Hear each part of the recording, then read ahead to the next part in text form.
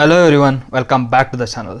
ನಾವು KEA ವೆಬ್ಸೈಟ್ಗೆ ಹೋಗಿ ನೋಡಿದರೆ 11/7/2026ಕ್ಕೆ KREIS ಅಂದರೆ Karnataka residential education institute society teachers ರೆಕ್ರೂಟ್ಮೆಂಟ್ನ ನೋಟಿಫಿಕೇಶನ್ನ ಬಿಟ್ಟಿದ್ದಾರೆ. ಇಲ್ಲಿ ಕಲ್ಯಾಣ ಕರ್ನಾಟಕ ಮತ್ತು ಇನ್ನುಳಿದ ಕರ್ನಾಟಕ ಸ್ಟೂಡೆಂಟ್ಸ್ಗೆ ಈ ರೆಕ್ರೂಟ್ಮೆಂಟ್ನ ಮಾಡ್ತಿದ್ದಾರೆ.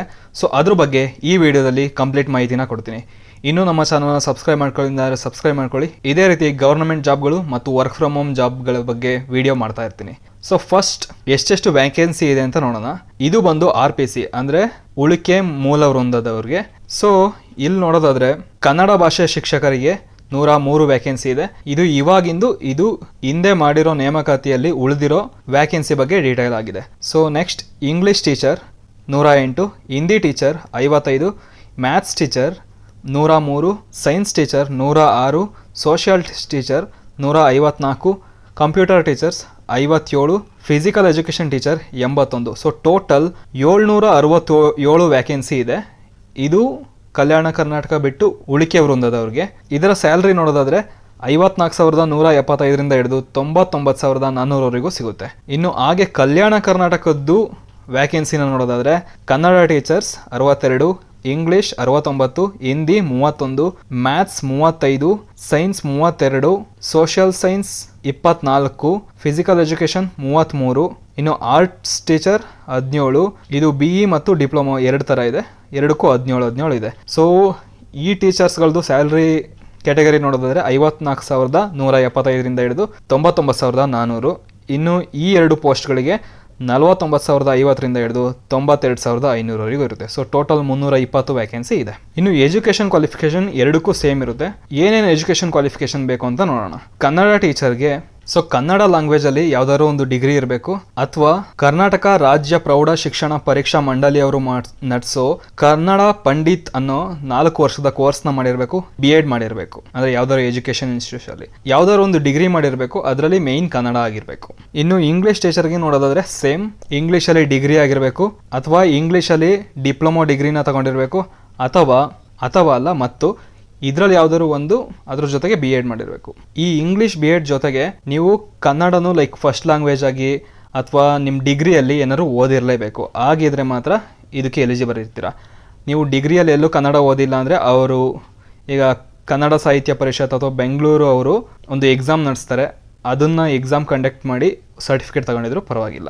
ಇನ್ನು ಹಿಂದಿಗೂ ಅಷ್ಟೇ, ಹಿಂದಿಯಲ್ಲಿ ಯಾವ್ದಾದ್ರು ಡಿಗ್ರಿ ಮಾಡಿರಬೇಕು, ಅದ್ರ ಜೊತೆಗೆ B.Ed ಕಂಪ್ಲೀಟ್ ಮಾಡಿರಬೇಕು, ಅದ್ರ ಜೊತೆಗೆ ಹಿಂದಿನ ಮೇಜರ್ ಸಬ್ಜೆಕ್ಟ್ ಆಗಿ ಓದಿರಬೇಕು. ಅದಾದಮೇಲೆ ಇದರಲ್ಲೂ ಕೂಡ ಸೇಮ್ ಕಂಡೀಷನ್, ನೀವು SLCಯಲ್ಲಿ ಅಥವಾ ಯಾವ್ದಾದ್ರು ಡಿಗ್ರಿ ಮಾಡ್ತಿದ್ರೆ ಅದರಲ್ಲಿ ನೀವು ಕನ್ನಡ ಭಾಷೆನ ಓದಿರಬೇಕು, ಅಥವಾ ಕರ್ನಾಟಕ ಪ್ರೌಢ ಶಿಕ್ಷಣ ಪರೀಕ್ಷಾ ಮಂಡಳಿಯವರು ಮಾಡೋ ಎಕ್ಸಾಮ್ನ ಬರೆದು ಅದರದ್ದು ಸರ್ಟಿಫಿಕೇಶನ್ ತಗೊಂಡಿರಬೇಕು. ಮತ್ತು ಗಣಿತ ಶಿಕ್ಷಕರಿಗೆ ಗಣಿತ ಮತ್ತು ಭೌತಶಾಸ್ತ್ರದಲ್ಲಿ ಸೈನ್ಸ್ ಜೊತೆಗೆ ಡಿಗ್ರಿನ ಮಾಡಿರಬೇಕು, ಜೊತೆಗೆ B.Ed ಮಾಡಿರಬೇಕು, ಹಾಗೆ ಕನ್ನಡನ ಫಸ್ಟ್ ಲ್ಯಾಂಗ್ವೇಜಲ್ಲಿ ಓದಿರಬೇಕು ಲೈಕ್ ಅಥವಾ ಸರ್ಟಿಫಿಕೇಟ್ ಇರಬೇಕು. ಇನ್ನು ಸೈನ್ಸ್ ಟೀಚರ್ಗೂ ಸೇಮ್, ಕಂಪಲ್ಸರಿ ಕೆಮಿಸ್ಟ್ರಿನ ಮೇಯ್ನ್ ಆಗಿರಬೇಕು, ಅದ್ರ ಜೊತೆಗೆ ಏನಾದರೂ ಬಯಾಲಜಿ ಅಥವಾ ಸಸ್ಯಶಾಸ್ತ್ರ ಅಥವಾ ಸೈನ್ಸ್ ಇದರಲ್ಲಿ ಡಿಗ್ರಿನ ಮಾಡಿರಬೇಕು, ಅದ್ರ ಜೊತೆಗೆ B.Edನ ಮಾಡಿರಬೇಕು, ಅದ್ರ ಜೊತೆಗೆ ಕನ್ನಡದ್ದು ಕೂಡ ಸರ್ಟಿಫಿಕೇಷನ್ ಇರಬೇಕು. ಇನ್ನು ಸೋಷಿಯಲ್ ಸೈನ್ಸ್ಗೂ ಕೂಡ ಸೇಮ್, ಇತಿಹಾಸ, ಅರ್ಥಶಾಸ್ತ್ರ, ರಾಜ್ಯಶಾಸ್ತ್ರ, ಸಮಾಜಶಾಸ್ತ್ರ, ಭೂಗೋಳಶಾಸ್ತ್ರ ಇಷ್ಟರಲ್ಲಿ ಯಾವುದ್ರಲ್ಲಾದ್ರೂ 2ನ ಮೇಯ್ನ್ ಸಬ್ಜೆಕ್ಟ್ ಆಗಿ ಡಿಗ್ರಿನ ಮುಗಿಸಿರಬೇಕು, B.Ed ಆಗಿರಬೇಕು, ಹಾಗೆ ಕನ್ನಡ ಸರ್ಟಿಫಿಕೇಷನ್ ಇರಬೇಕು. ಕಂಪ್ಯೂಟರ್ ಟೀಚರ್ಗೆ ಕಂಪ್ಯೂಟರ್ ಸೈನ್ಸ್ ಅಥವಾ ಇನ್ಫಾರ್ಮೇಷನ್ ಸೈನ್ಸಲ್ಲಿ ಡಿಗ್ರಿ ಮಾಡಿರಬೇಕು, ಇಲ್ಲಾಂದರೆ BCA ಮಾಡಿರಬೇಕು, ಇಲ್ಲಾಂದರೆ BScಯಲ್ಲಿ ಕಂಪ್ಯೂಟರ್ ಸೈನ್ಸ್ ಓದಿರಬೇಕು, ಅದ್ರ ಜೊತೆಗೆ ಕನ್ನಡ ಸರ್ಟಿಫಿಕೇಷನ್ ಇರಬೇಕು. ಇನ್ನು ಫಿಸಿಕಲ್ ಎಜುಕೇಷನ್ ಟೀಚರ್ಗೆ ಫಿಸಿಕಲ್ ಎಜುಕೇಷನಲ್ಲಿ ಏನಾದರೂ ಒಂದು ಡಿಗ್ರಿ ತಗೊಂಡಿರಬೇಕು, B.Ed ಮಾಡಿರಬೇಕು, ಹಾಗೆ ಕನ್ನಡದ್ದು ಸರ್ಟಿಫಿಕೇಷನ್ ಇರಬೇಕು. ಇನ್ನು ಕನ್ನಡ ಬಿಟ್ಟು ಕಲ್ಯಾಣ ಕರ್ನಾಟಕದಲ್ಲಿ 2 ಪೋಸ್ಟ್ ಎಕ್ಸ್ಟ್ರಾ ಇದೆ. ಅದ್ಯಾವುದು ಅಂದರೆ ಪದವೀಧರ ಚಿತ್ರಕಲಾ ಶಿಕ್ಷಕರು ಮತ್ತು ಡಿಪ್ಲೊಮೊ ಚಿತ್ರಕಲಾ ಶಿಕ್ಷಕರು. ಇದ್ರಲ್ಲಿ ನೋಡೋದಾದ್ರೆ ಲಲಿತಾ ಕಲೆ ವಿಷಯದಲ್ಲಿ BFA ಡಿಗ್ರಿ ಮಾಡಿರಬೇಕು, ಅದರ ಜೊತೆಗೆ ಅಥವಾ BVA ಡಿಗ್ರಿ ಮಾಡಿರಬೇಕು, ಅಥವಾ ಆರ್ಟ್ ಮಾಸ್ಟರ್ ಆಗಿ ಡಿಪ್ಲೊಮೋನ ಮಾಡಿರಬೇಕು, ಅದ್ರ ಜೊತೆಗೆ ಕನ್ನಡ ಫಸ್ಟ್ ಲ್ಯಾಂಗ್ವೇಜ್ ಆಗಿ ಅಥವಾ ಅದ್ರದ್ದು ಸರ್ಟಿಫಿಕೇಷನ್ ಇರಬೇಕು. ಆಗಿದ್ರೆ ನೀವು ಎಲಿಜಿಬಲ್ ಇರ್ತೀರಾ. ಇನ್ನು ಏಜ್ ಲಿಮಿಟ್ನ ನೋಡೋದಾದ್ರೆ ಜನರಲ್ ಅವರಿಗೆ 45 ವರ್ಷ ಏಜ್ ಲಿಮಿಟ್ ಇದೆ. ಇನ್ನು ಪ್ರವರ್ಗ 2A 2B 3A 3Bಗೆ 48 ವರ್ಷ. ಇನ್ನು SC ST ಪ್ರವರ್ಗ 1ಕ್ಕೆ 50 ವರ್ಷ ಏಜ್ ಲಿಮಿಟ್ ಇದೆ. ಇನ್ನು ಇದಕ್ಕೆ ಅಪ್ಲಿಕೇಶನ್ ಹೇಗೆ ಹಾಕೋದು ಅಂತ ಹೇಳ್ತೀನಿ. ಇನ್ನು ಮೇಯ್ನ್ ಡೇಟ್ಸ್ಗಳನ್ನ ನೋಡೋದಾದ್ರೆ ಅಪ್ಲಿಕೇಶನ್ ಬಂದು 15/7/2026ಕ್ಕೆ ಶುರು ಆಗುತ್ತೆ. ಅಪ್ಲಿಕೇಶನ್ ಬಂದು 13/8/2026 ಎಂಡ್ ಆಗುತ್ತೆ ಮತ್ತು ಅಪ್ಲಿಕೇಶನ್ ಫೀಸ್ ಕಟ್ಟೋಕ್ಕೆ ಲಾಸ್ಟ್ ಡೇಟ್ ಬಂದು 14/8/2026. ಇನ್ನು ಅಪ್ಲಿಕೇಶನ್ ಫೀಸ್ ನೋಡೋದಾದರೆ ಜನರಲ್ ಮತ್ತು ಪ್ರವರ್ಗ 2A 2B 3A 3Bಗೆ 750. ಇನ್ನು SC ST ಪ್ರವರ್ಗ 1 ಮಾಜಿ ಸೈನಿಕ ತೃತೀಯ ಲಿಂಗದವರಿಗೆ 500 ರೂಪಾಯಿ. ಇನ್ನು PWD ಕ್ಯಾಂಡಿಡೇಟ್ಸ್ಗೆ 250 ರೂಪಾಯಿ ಇರುತ್ತೆ. ಇನ್ನು ಇದಕ್ಕೆ ಹೇಗೆ ಸೆಲೆಕ್ಟ್ ಮಾಡ್ಕೊತಾರೆ ಅಂದರೆ ಆಫ್ಲೈನ್ OMR ಟೈಪ್ ಎಕ್ಸಾಮ್ ಇರುತ್ತೆ. ಅದಾದಮೇಲೆ ಕಡ್ಡಾಯವಾಗಿ ಕನ್ನಡ ಭಾಷಾ ಪರೀಕ್ಷೆ ಅಂತ ಇರುತ್ತೆ, ಅದನ್ನೂ ಕೂಡ ಪಾಸ್ ಆಗಬೇಕು. ಇನ್ನು ಎಕ್ಸಾಮ್ ಪ್ಯಾಟ್ರನ್ನ ನೋಡೋದಾದರೆ 2 ಪೇಪರ್ಗಳಿರುತ್ತೆ, ಪೇಪರ್ 1 ಮತ್ತು ಪೇಪರ್ 2. ಪೇಪರ್ 1ನಲ್ಲಿ ಇದು ಜನರಲ್ ಆಗಿ ಎಲ್ಲರಿಗೂ ಇರುತ್ತೆ, 100 ಕ್ವಶನ್ 100 ಮಾರ್ಕ್ಸ್ಗೆ 2 ಗಂಟೆ ಎಕ್ಸಾಮ್. ಅದರಲ್ಲಿ ಏನೇನು ಕವರ್ ಆಗುತ್ತೆ ಅಂತ ಇಲ್ಲಿ ಕೊಟ್ಟಿದ್ದಾರೆ, ಒಂದ್ಸಲ ಪಾಸ್ ಮಾಡ್ಕೊಂಡು ನೋಡ್ಕೊಳ್ಳಿ. ಹಾಗೆ ಪೇಪರ್ 2 ಅಲ್ಲಿ ನೀವು ಯಾವ ಸಬ್ಜೆಕ್ಟ್ನ ಚೂಸ್ ಮಾಡಿರ್ತೀರಾ, ಲೈಕ್ ಯಾವುದಕ್ಕೆ ಅಪ್ಲೈ ಮಾಡಿರ್ತೀರಾ ಅದ್ರ ಬೇಸಿಸ್ ಮೇಲೆ ಎಕ್ಸಾಮ್ ಇರುತ್ತೆ. ಅದು ಕೂಡ 100 ಕ್ವಶನ್ 100 ಮಾರ್ಕ್ಸ್ಗೆ 2 ಗಂಟೆ ಎಕ್ಸಾಮ್ ಆಗಿರುತ್ತೆ.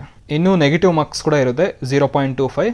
1 ಕರೆಕ್ಟ್ ಆದರೆ 1, ಏನಾದ್ರು ತಪ್ಪಾದರೆ 0.25 ಕಳೀತಾರೆ. ಸೊ ಇದಕ್ಕೆ ಹೇಗೆ ಅಪ್ಲಿಕೇಶನ್ ಹಾಕೋದು ಅಂದರೆ ಡಿಸ್ಕ್ರಿಪ್ಷನಲ್ಲಿ ಲಿಂಕ್ನ ಕೊಟ್ಟಿರ್ತೀನಿ.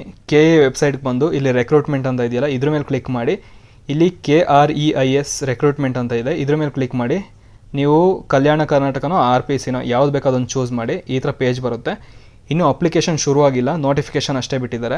ಅಪ್ಲಿಕೇಶನ್ ಶುರು ಆದಮೇಲೆ ಅಲ್ಲಿ ಲಿಂಕ್ನ ಕೊಡ್ತಾರೆ, ಅದ್ರ ಮೇಲೆ ಕ್ಲಿಕ್ ಮಾಡಿ ರಿಜಿಸ್ಟ್ರೇಷನ್ ಅಥವಾ ಲಾಗಿನ್ ಮಾಡಿಕೊಂಡು ಅಪ್ಲಿಕೇಶನ್ ಹಾಕೋದಿರುತ್ತೆ.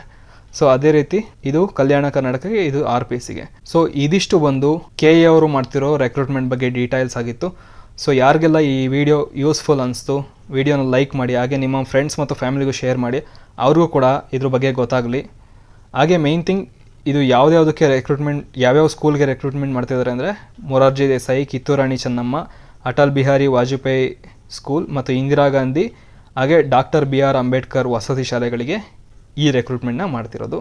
ಸೊ ಈ ವಿಡಿಯೋನ ಲೈಕ್ ಮಾಡಿ, ಶೇರ್ ಮಾಡಿ. Thank you.